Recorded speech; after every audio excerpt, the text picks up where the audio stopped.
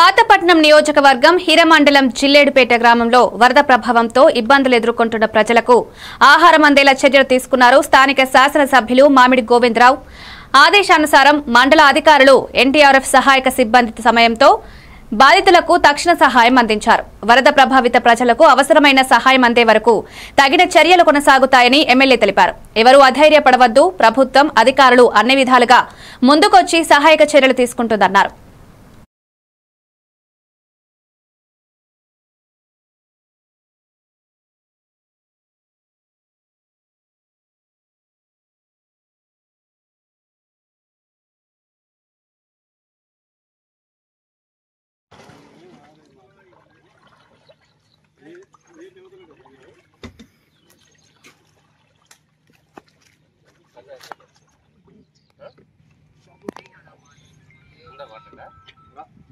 రామినాయుడు ఉన్నారా?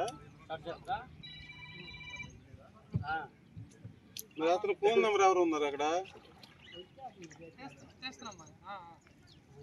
అలా కదమ్మా, అక్కడ మరెవరు ఉన్నారు యువకుల?